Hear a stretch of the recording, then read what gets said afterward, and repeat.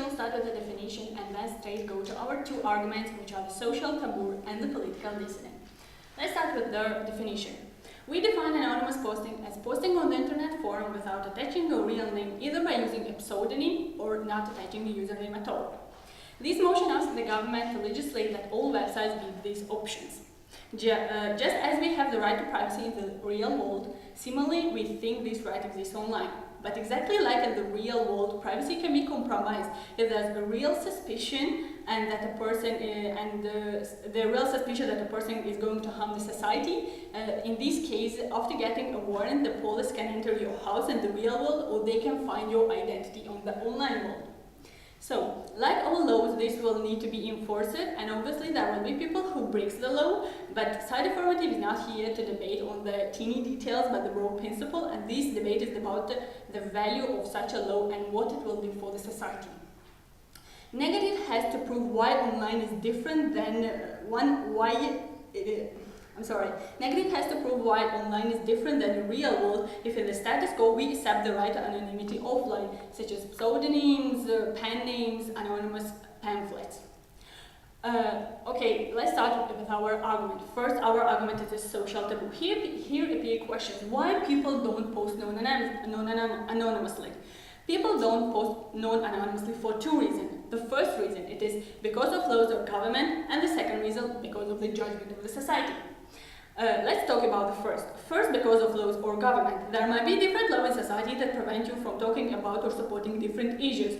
For example, in Nigeria you can be imprisoned for being gay, and in Saudi Arabia you can be stoned to death. Next, about the societal judgment. Even if there aren't laws, people may not want to post non-anonymously out of the fear of judgment by society. For example, if you want to talk about interracial marriage and you're in a society that doesn't accept this idea, you would be discouraged from posting about this with your real name, by attaching your real name to it. And additionally, if you look at the Bible Belt in the United States, there can be severe enough we can see that there can be severe enough societal judgment that people would not want to talk about homosexuality. And this problem has three direct consequences in the individual level. First, it eliminates freedom of expression.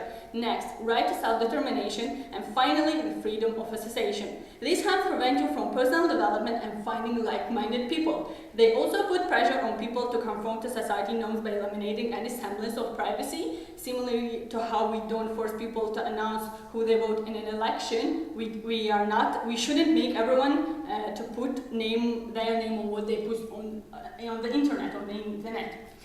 On the social level, talking about this taboo, it progress society.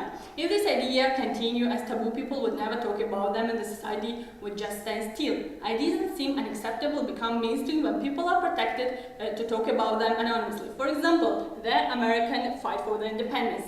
People anonymously, they just start by that, they anonymously passing out pamphlets and spreading the news about the dissidents of the British government, and it started anonymously, and it had to be anonymous out of the fear of the government in order the government not to hang them out, and this anonymity eventually led to the American Revolution, and they got finally their independence.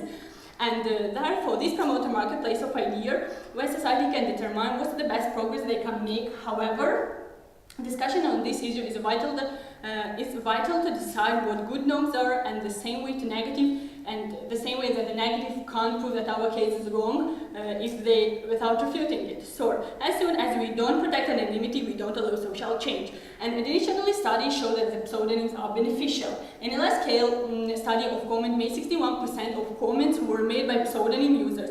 35% were made by anonymous users, as only 4% were made by users who provide their real Facebook identities. Pseudonym users were also by far the most likely to contribute the positive comments, and it can be concluded that pseudonym users are the most valuable contributors to communities because they contribute the highest quantity and quality of comments. And let's start with our second argument, which is the political dissidents. In oppressive governments like China, where they have special camps where they send their political dissidents. China gets information from Yahoo and other Western websites that track viewers and search histories who sell the information to oppressive governments.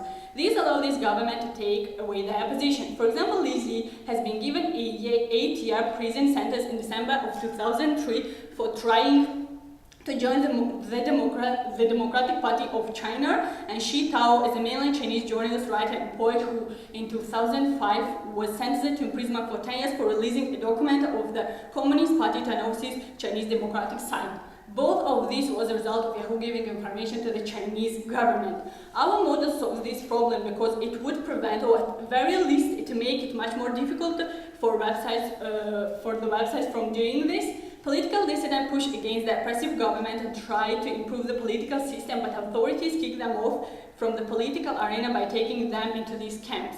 So this matter on the national agenda because Western countries advocate for human rights and we want to push back on the oppressive regime. So these are all the reasons why we think that the right to anonymity should be legitimate, so vote for the affirmative.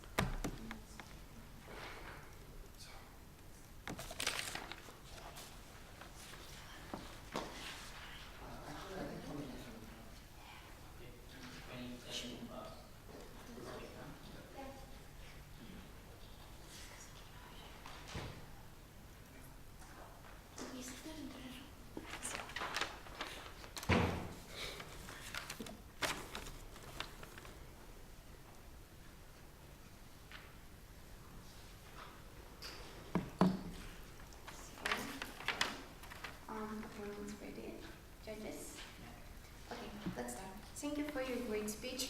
So, I have some questions to you. Do all websites have to make posting anonymously like an option?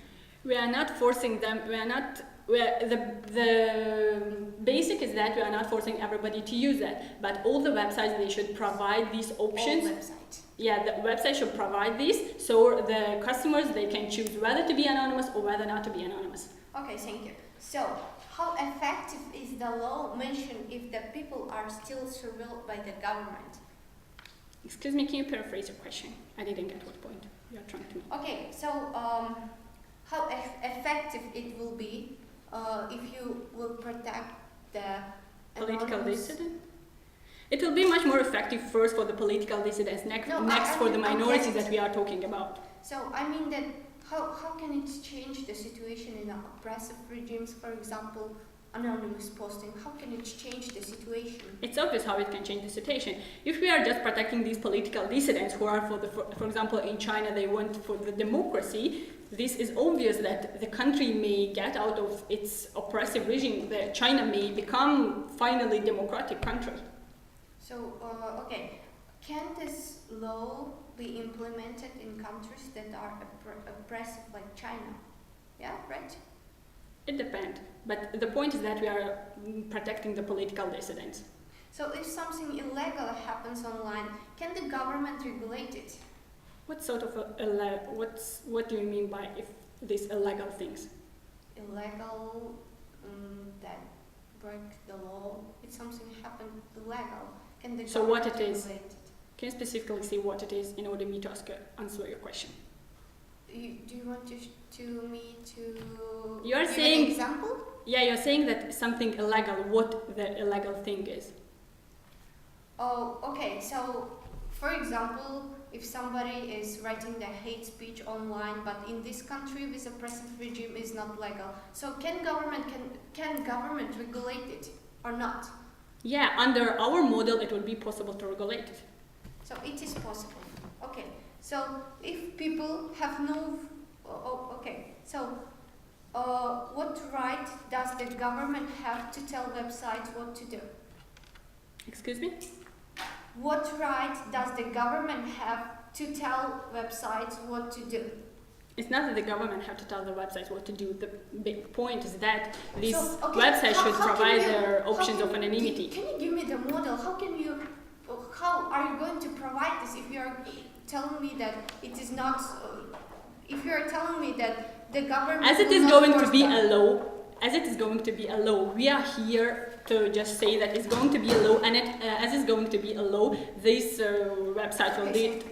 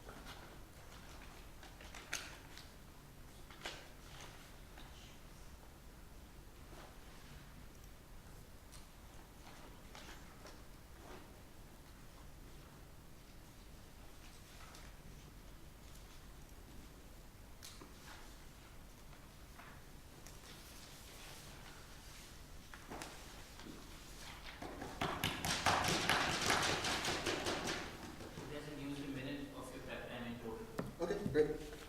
Are the judges ready? Okay. Names carry power. Would Ai Weiwei, the famous Chinese political dissident, carry all of the influence that he does if all of his work was anonymous? No, his influence and his following are dependent upon the accountability and respect that he carries. Because we believe that anonymity is not necessary and can even be counterproductive, we stand on the firmest of negation in today's round. Before moving on to our main arguments, we'd like to put a few burdens on the negative side.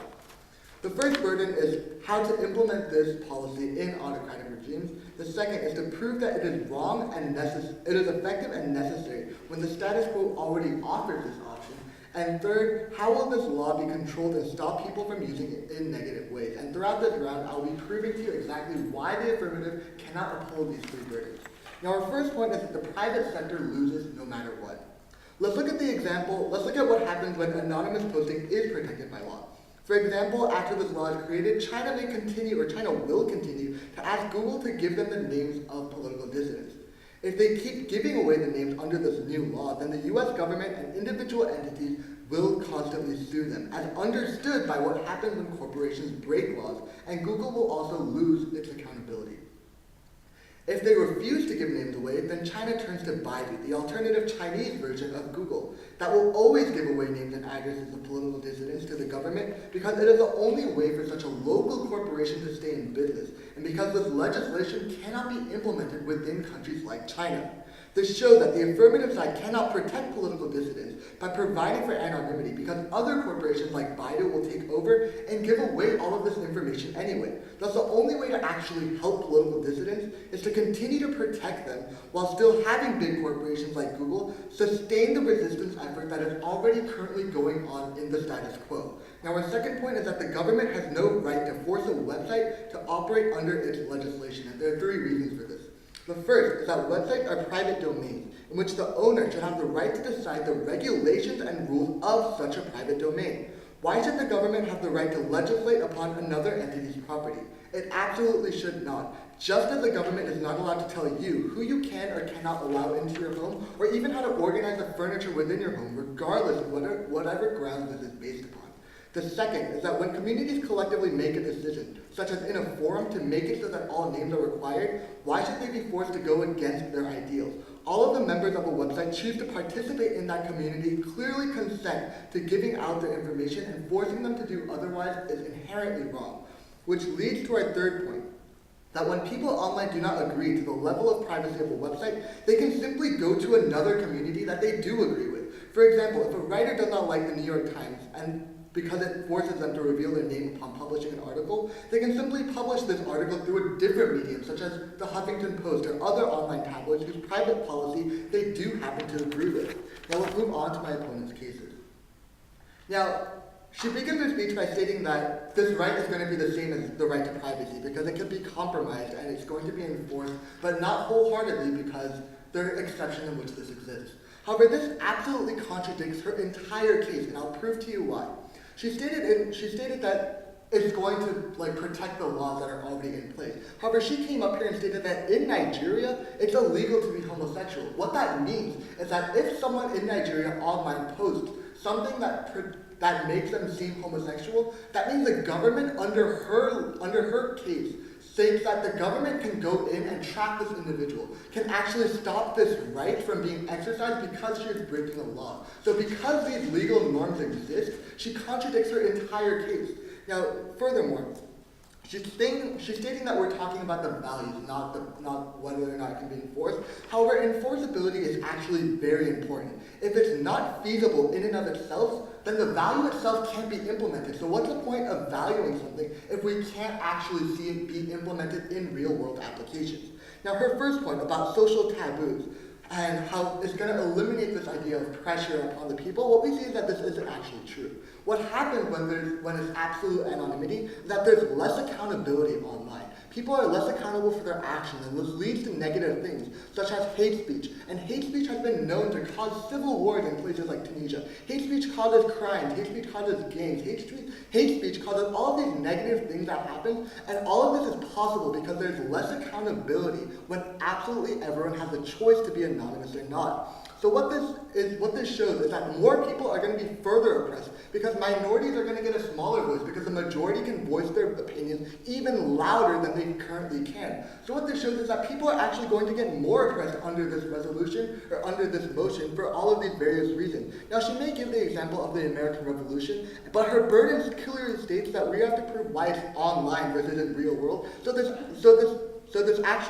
example is turned against her because the American Revolution and the example that she brought up what happened in real life. And it shows how anonymity is proven to be effective in real life as opposed to her examples which aren't in real life. So her example doesn't actually stand. Now our second contention of political dissidents, we actually prove in our case that political dissidents are not going to be protected. Political dissidents are actually going to be oppressed even further because corporations that actually protect them are going to be ousted from places in oppressive regimes like China, in which this policy cannot effectively be implemented because oppressive regimes don't follow the norms that Western liberal states set upon them. And for all of these reasons, because we believe that the affirmative is being completely counterproductive, we are in the firmest of negations of the affirmative. Thank you.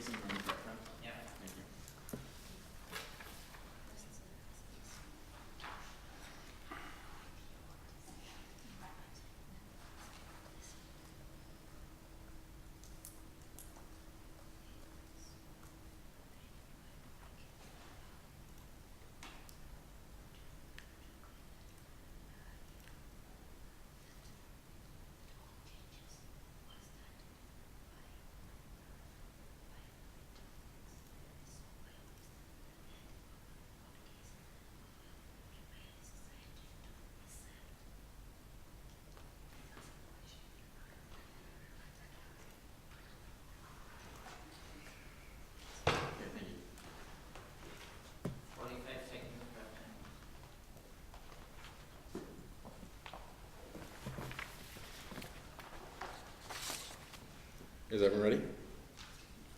Thank you for your speech. So we have a couple of questions. So first, when you're talking about hate speech online, right? So how is this going to be different in your world? If I can post anonymously, if these laws aren't in place, can't I still post hate speech? There's more options to do so, is the issue. Aren't there like millions of options that I can go online and post hate speech right now? I wouldn't say millions, but there are a few. But the issue that I have is that even if this were true, the fact that you conceded that the fact that these alternatives already exist isn't a reason to affirm the resolution. Why? Because alternatives exist. But what if you want to use a specific website? Like what's wrong with? Okay, actually it's fine. Okay, so let's talk about political dissidents, right? You say that China will go to, like Google will either stop selling their information or they'll be kicked out, or they'll continue selling and they'll be sued, right? So what if Google stops selling the information to China and they're kicked out of Google, but then people in China use proxy servers for Google? Are you asking what happens in this situation? Yeah. Wouldn't we still be protecting these political dissidents because then Google wouldn't have to sell their information to China? But then in this situation, we still see that the Baidu version of Google is still going to be in. But if people are going to be using these proxy servers, and people are currently using these proxy servers to access Google, how is there a change in the status quo? Besides the fact that we're protecting these political dissidents? I don't understand the question. Okay, it's fine. So next question.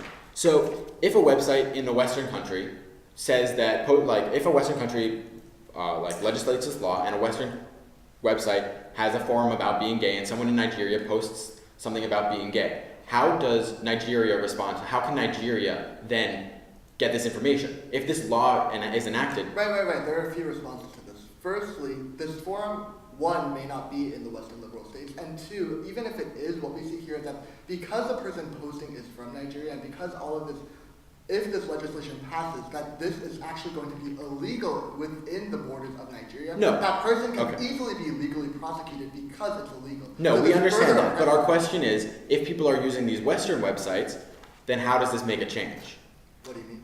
If people are using Western websites to access their information and to post, say someone posts on a Western Western forum about being gay, first of all, I would say that it's very unlikely that there's going to be a forum in Saudi Arabia or Nigeria Right, well, about the being point gay. is- the point So if is they that- use a Western right, exactly. Western So forum the about point being is gay, that tracking IPs is something that's done whenever we suspect that this person is breaking the law. And that's something that the affirmative side is actually agreeing to. So what we see here is that if Nigeria does see this post and does track that IP back to someone in Nigeria, then it's obvious that that person is okay, breaking but the what law. if we're saying that it's a Western website and It doesn't Nigeria? Okay, sure, thank you.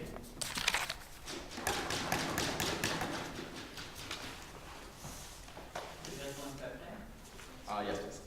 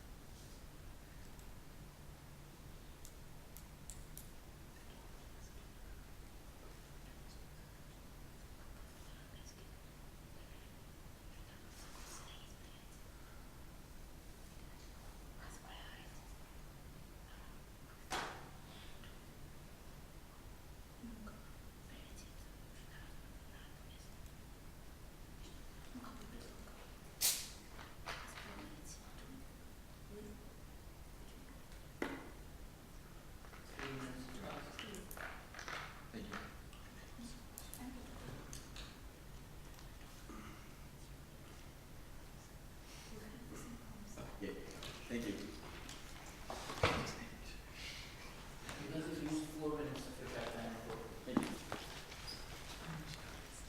Ladies and gentlemen, international law is always has priority to local. So all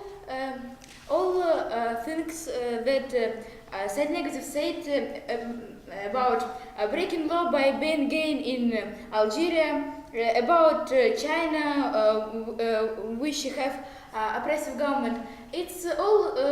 It doesn't make sense because international law always is more important than local, simply because many nations think about this law, and many nations find issue how to make this law more and more better. They asked us what will we change by protecting anonymity. They said that it will be bad because negative voices, hate speech, and so on. But ladies and gentlemen, we have the same problems now. Nowadays, at the moment, many people, lots of people, post negative speeches about their government, about gays, about their neighbors. They post negative speech online now, anonymously or not. And this aspect cannot be changed simply because people evidently need to express their bad things, express their bad thoughts. But what will be changed? Now political dissidents and minorities have no opportunity to express themselves, simply because society doesn't accept them. And they said that for political dissidents it will not make sense. But if you are political dissidents, you want to improve your political system, you need to make a party, make society, make organization, community, because you cannot change the political system being alone. So to spread information about your changes, to spread information about what you are going to do, you need the internet, and because by internet information spreads very fast, and to huge amount of people. And if you post something online and the next moment government take you into jail, you have no chance to gather together the community, and you have no chance to even try to change the situation. So anonymity is a vital part of the opportunity to change something, because people firstly must need to say they programs and thoughts to the society about minorities and marketplace of ideas. Now, not every idea can be posted online because society doesn't accept it. They said that in some countries there will not be changes because it's a crime. So if you are gay, you are doing a crime in Algeria. Okay, but we see it's evidently that if this law exists, it's a false law. It's a wrong law. It's a fallacy because people have right to being gay simply because these cases exist, and we cannot we cannot help it. You know, there are gays. What's happened? They must not be criminals, and in the world, in the rest of the world, there are criminals. So the law in Algeria has to be changed. How it will be changed?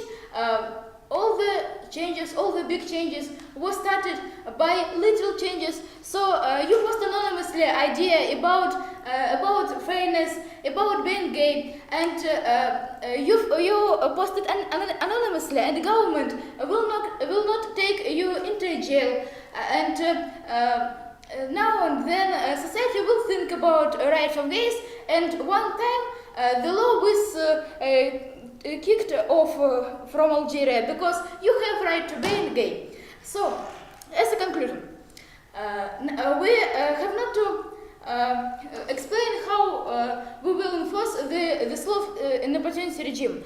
We have to prove the principle. The principle is anonymity help people to live good. So for all the reasons above, I beg you for said affirmative.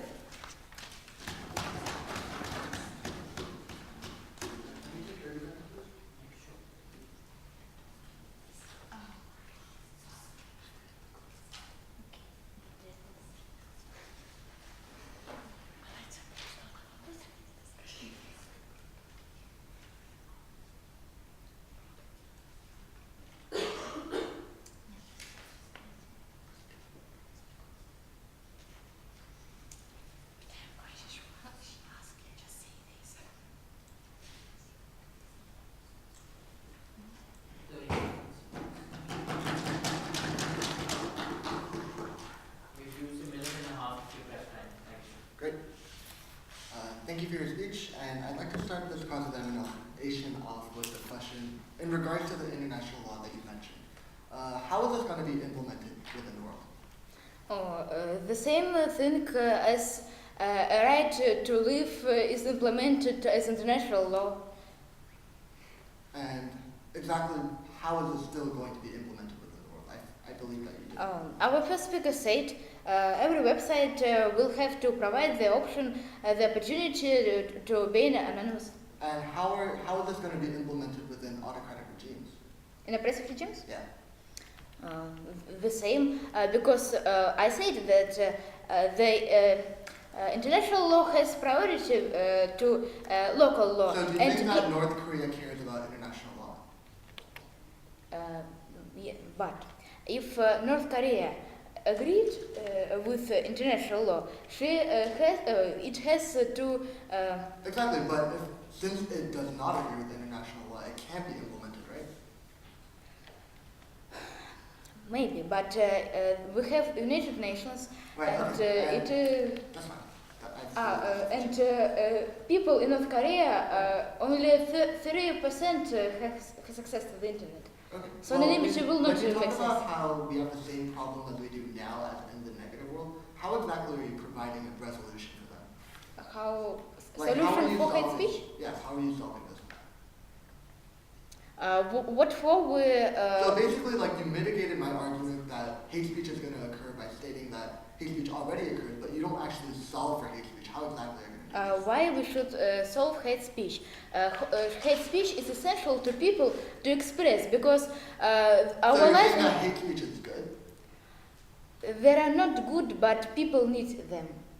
So if they will not have opportunity to express hate speech in the internet, they will go to the streets and broke rules. Right. And do you believe that if someone does something illegal in a country, then the government has the right to persecute them for it? If For example, like if in Algeria it's well, not even only in Algeria. For example, if our judge right here comes up here and stabs me, do you believe that I'm sorry? the Irish I'm sorry, government- can you slow So, like, if, for example, one of these judges here were to kill me right now, do you believe that they should be reprimanded for it? Oh, I hope that you will not be killed right now. And I cannot see the connection with anonymity because Right, but killing. do you believe that when someone breaks a law, they should suffer the consequences for it? Like, that's what. Okay, our first speaker said that right to anonymity is not No, absolute but that right. still doesn't answer my question. If someone breaks a law, do they suffer the consequences? If someone breaks the law, he takes responsibility for it. Okay, thank you.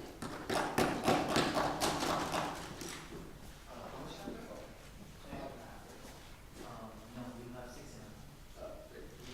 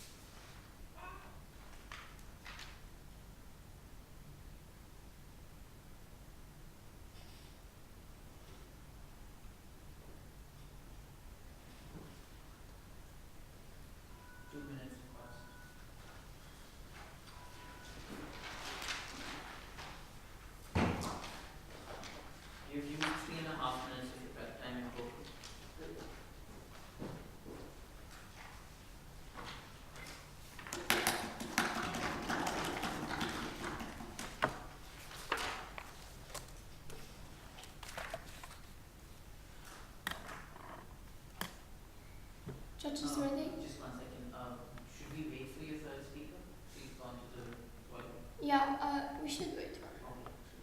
Okay.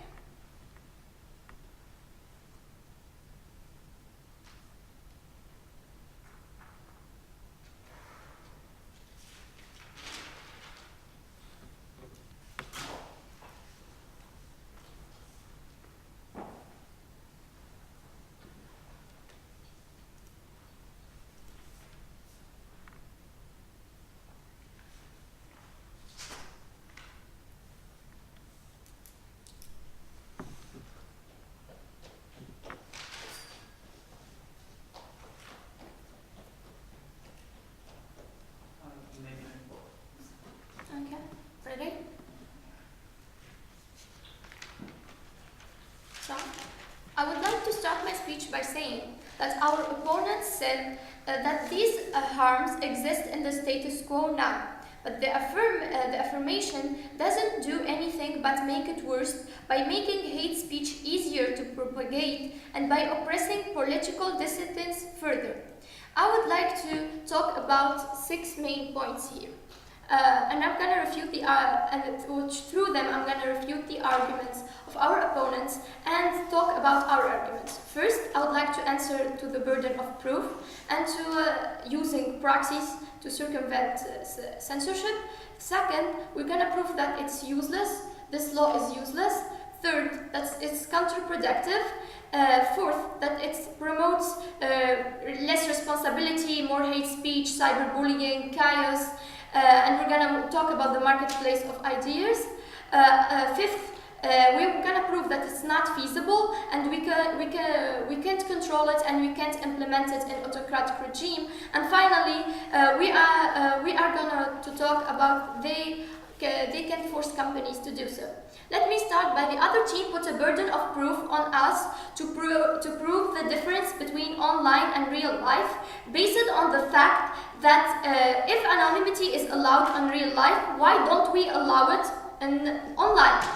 And we respond to that by saying that in the status quo, the anonymity option is available on many sites such as Twitter, and according to their definition, using a pseudonym means being anonymous. And the option of using a fake name or fake profile or fake ID is possible in many sites, in many websites such as social media websites like Facebook and stuff. So we think this law is useless simply because in the status quo we have the option of being of the anonymity. Second of all, another thing, they said that the people in China can use proxies to circumvent internet censorship. And let me refute that by saying the Chinese government spends hundreds of millions of dollars to stop internet censorship and is succeeding to stop the circumvention greatly. They will always find a way to enhance the firewall and stop people from using proxies. And let me here quote Mr. Michael P. Meehan, a member of the BBG, that said, if we figure out how to breach the Chinese firewall with X dollars, they can spend 100 times X dollars and divert their resources to figuring out how to plug that hole.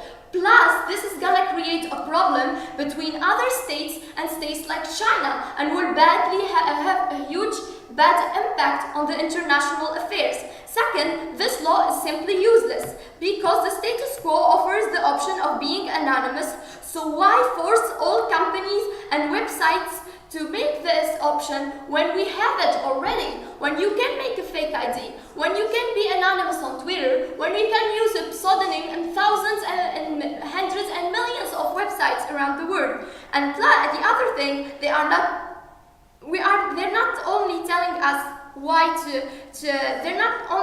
we shouldn't do it, we have no right, we have no reason to force the companies to provide this option, and plus we have no right to do so because sites are private domains. The government can come and tell me whom to invite to my house. And another example, let's take the example, if I am an owner of a restaurant, the government can't oblige me to provide vegetarian option. People have other restaurants they can go to. In the status quo, there are sites when you can use the when you can use the anonymity option, and even you can use fake profiles. And the other thing I want to insist on is by being anonymous and being untracked by the government, people will be less responsible. This will promote hate speech. This will promote cyberbullying. This will promote chaos. This will promote many bad ideas. You can't guarantee that the marketplace of ideas will be only promoting good things. And plus, by making these anonymous rights protected by law, you are also protecting stalkers. You are also protecting thieves online. You are also protecting bulliers. You are also protecting the bad guys. And it is our duty, the government's duty, to protect its people. Plus, it's not feasible. Can you please tell me how are you going to control it? How are you going to make it only used by the good guys? How are you going to stop people from using it the bad way? If they are anonymous and the government can track them, how can the government simply punish them or stop them? And let me just finish 2 seconds by saying they said the laws for Nigeria, for example, can change. Or how can they change when they're gonna put you in jail? How can you make a change when they are gonna put you in jail because it's illegal for them to be gay? So you can't control it because the government can always use it against you. Thank you. Okay,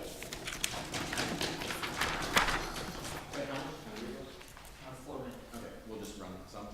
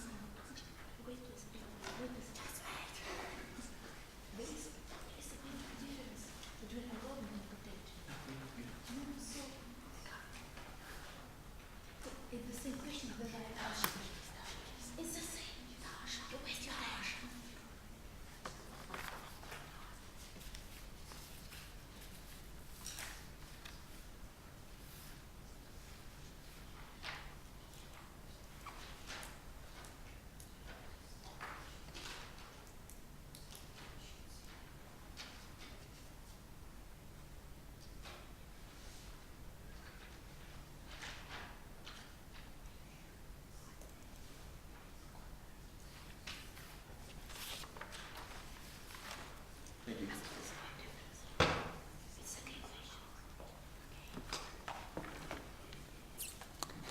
Thanks for your speech. My first question is, what's the difference in your world and ours? What do you mean? By your word and ours? We live in the same world. No, I'm just meaning the affirmative and the negative.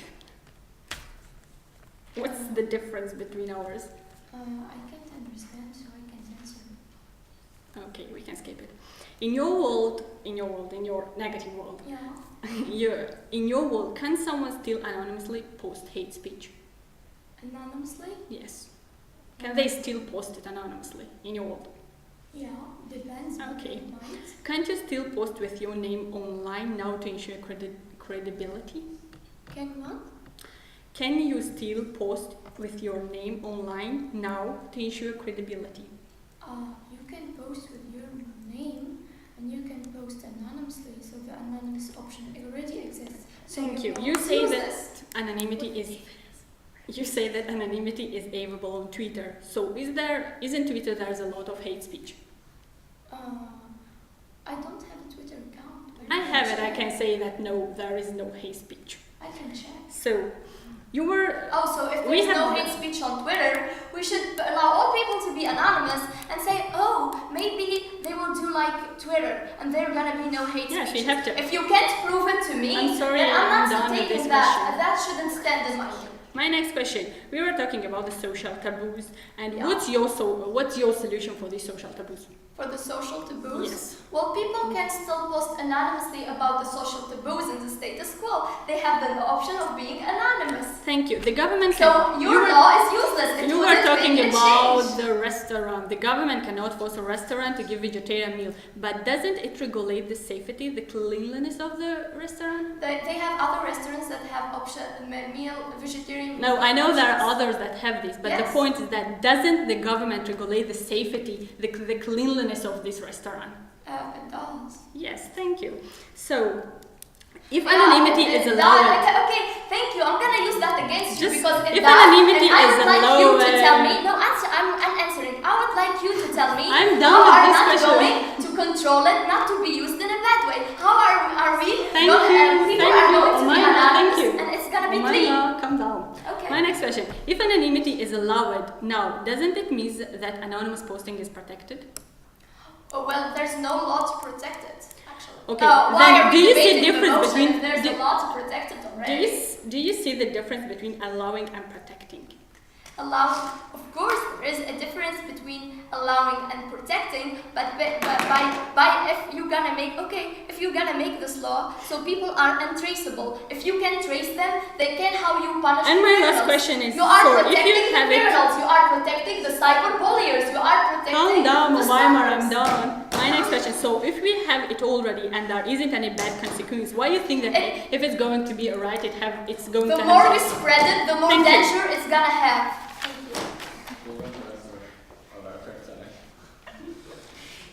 Thank you.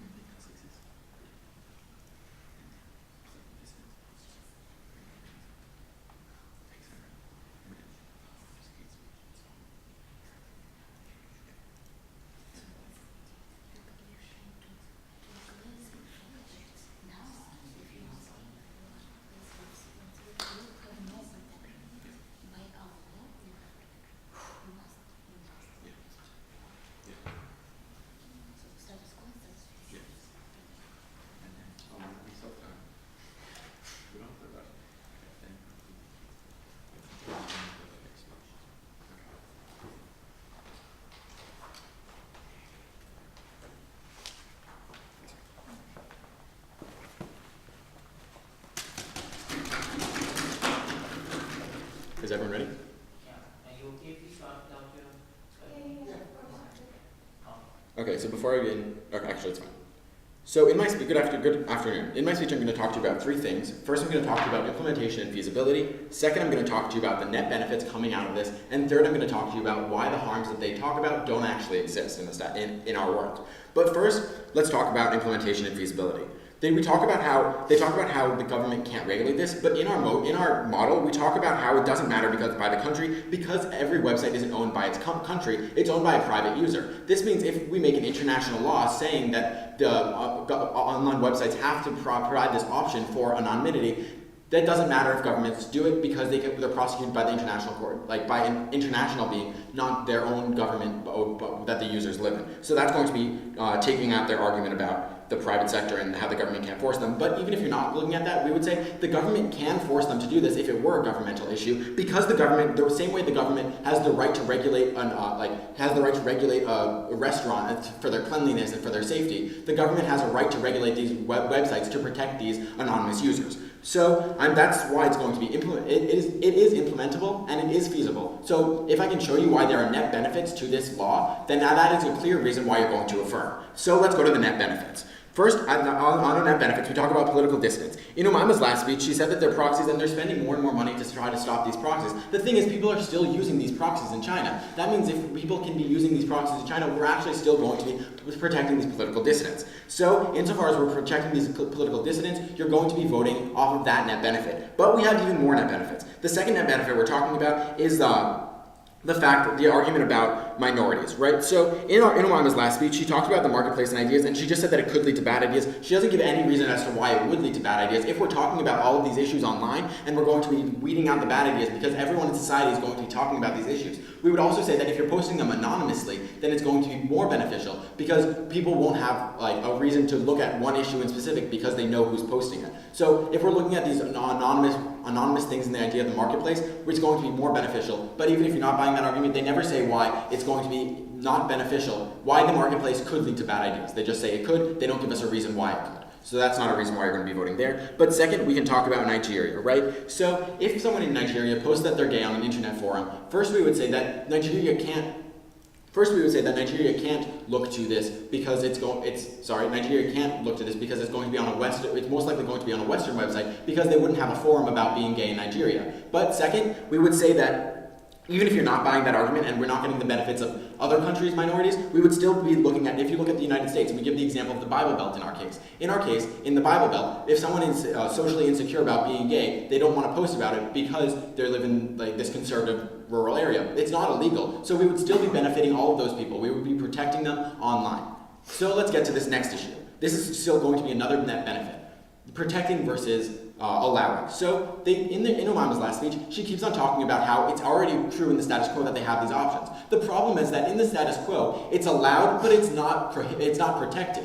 There's a huge difference there. Insofar as we're not protecting these minorities, we're not actually going to be allowing them to use their rights because they're going to be too scared to use them. That is going to be coming out of the benefits coming out of the first contention in our case, talking about the marketplace and ideas and the social taboo issues. So insofar as we're going to be maximizing these net benefits for these minorities in countries where, say, being gay is allowed, but they're too insecure to do anything about it, there are clearly going to be benefits coming out of this law. So now let's talk about hate speech and bullying, which is the harm that they bring up. So they talk about hate speech and bullying, but the biggest issue here is that it's non-unique. In their world, there's also going to be hate speech and bullying. We don't have to solve for hate speech and bullying. It's an argument that they brought up. They say that we're going to be allowing for hate speech and bullying, but the problem there is that's non-unique. They're allowing for hate speech and bullying in their world too. They say that it could be more, we're encouraging people to do it, but we would say that it's going to be illegal either way, right? So if someone really wants to post hate speech, they're going to, even if this law doesn't protect them. Just because this law exists of anonymity, just if they're not going to just stop posting if this protecting allows. They're either going to post in the status quo or they're not. So there's no net harm coming out of there. So now I'm going to be just going over the reasons you're going to be voting for the affirmative. First, you're looking at whether or not it's able to be implemented and feasible, which it clearly is, as we showed you, that the International Court can be using it, right? Because can be implementing it. It's not one website run by the government, and even if the government did own it, they do have the right to regulate it. But then, because it can be regulated, let's look at the net benefits and the net harms. There are no net harms, as we've already showed you why hate speech and bullying is non-unique. But second, if you're going to be voting off of the political dissidence argument, the minorities argument, because we're going to be protecting political dissidents, and in the minorities, even if we're not protecting all minorities everywhere, we're going to be protecting minorities where it is legal to do this. So if there's any benefit coming out of the affirmative world, because we're protecting them, if you see any benefit at the end of this round, you're going to be voting affirmative.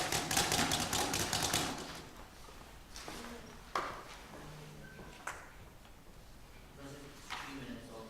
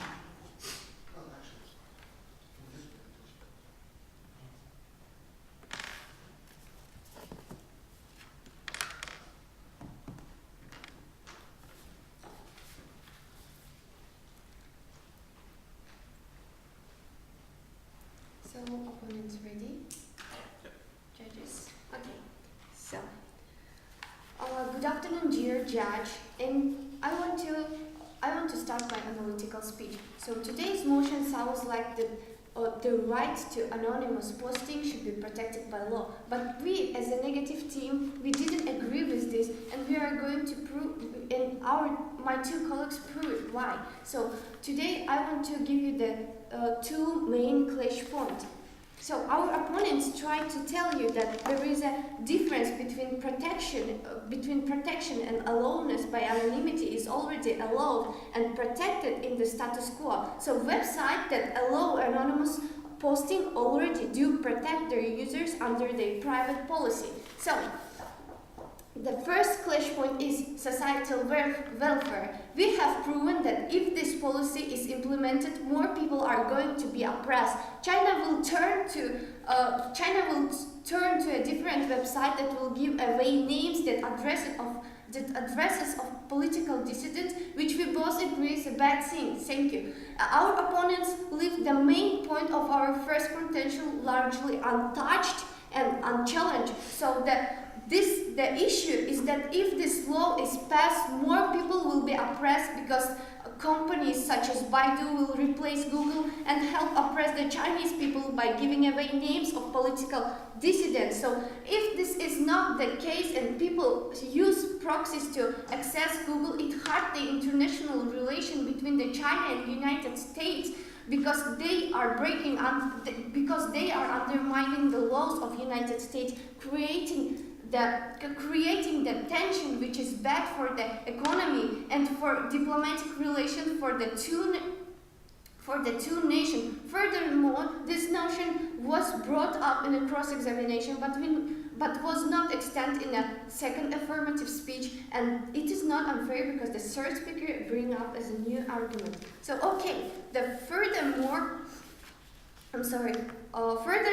this policy is unnecessary because alternative exists in the status quo. The negative side agrees that the anonymity can be good, but we think that anonymity can be protected in the status quo without the law. Making website anonymous should be a choice, not a demand. So people will get oppressed more because absolute anonymity promotes hate speech and cyberbullying, which actually promote crimes, gangs, and discrimination, and even civil unrest and war. The hate speech exists more with absolved anonymity because there is a less accountability and more people will take advantage of this. So anonymous sites will get uncontrollable. So anonymous sites will be uncontrollable and government cannot control it. So the second clash point is the necessity for making anonymity protected by law. So first, that anonymity cannot be protected by law because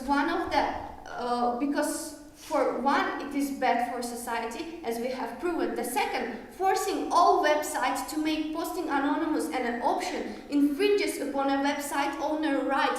All online communities that give out their information clearly do it willingly and consent to giving their information. So why force them to go against what they want? So the point is even further enforced by the simple fact that there are many websites that exist today do allow anonymous posting, making this policy simply unneeded. So the affirmation gives unchecked power to the government to harass and abuse this new power, which leads to more human rights violations. They do not clarify to what extent this authority should stand. If people break the laws, which is a taboo in country like being gay in Nigeria, then the Nigerian government can legally persecute this individual under the affirmative rule, contradicting the affirmative case. So the burdens we gave the affirmation side are this: that first, how this policy will be implemented in autocratic regimes. Second, to prove that it is necessary when the status quo already offers this option. And the third, how will this law will be controlled and stop people from using it in a negative way. So, and because of the because the affirmative does not address or uphold these burdens, we believe that the negative should win. Thank you.